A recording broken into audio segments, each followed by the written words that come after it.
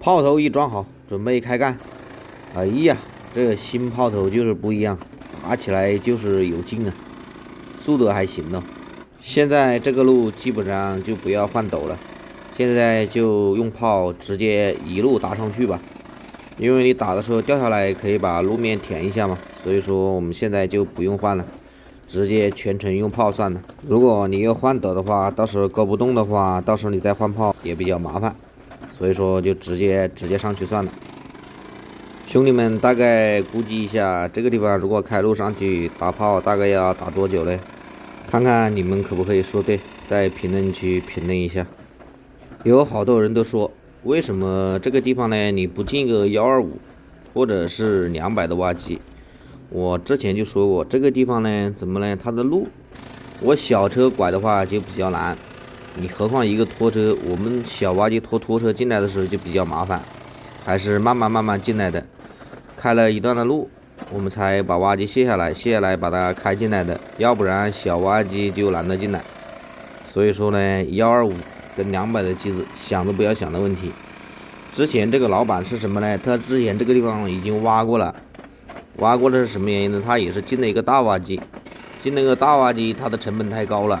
翻山越岭过来大概花了6-7个小时，老板说这个成本比他挖这个地还要高，所以说呢，老板说直接来台小挖机算了，哪怕多做点时间，其实也无所谓。你如果在路上大挖机的路上把别人的东西挖了，这里压了那里压了，比较麻烦，所以说呢，他们说干脆调一个小的过来，就是这样慢慢的泡慢慢搞算了，成本太高嘛，所以说就这样子调了我们的挖机过来。这个时候老板过来了，老板他看着我，我也看着他，我以为他也找我有什么事，他就跟我说了一句，这个地方上去也比较麻烦，你把这个地方把它泡齐，就不从这里上去了，到时候从房子后面上去算了。我主要这个地方你上不去也可以从后面上，你这个地方主要的目的就是把这山上的土把它取下来，把这个坪加大一点。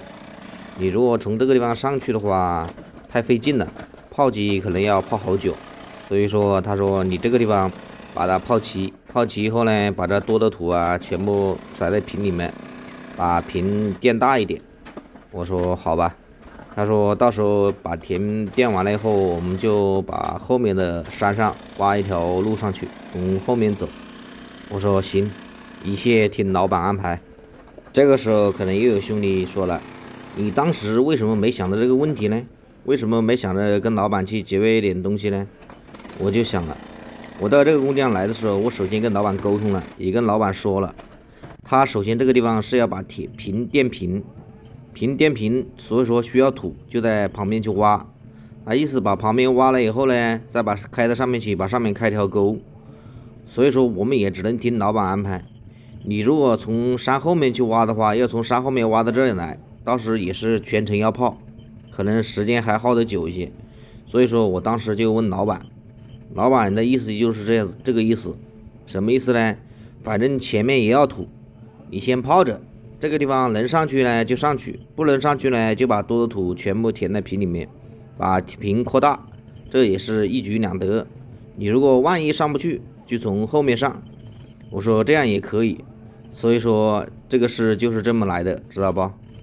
现在呢，我们就把山上打下的这个石头全部甩到后面去，把这个坪加长加宽，把它加大一点。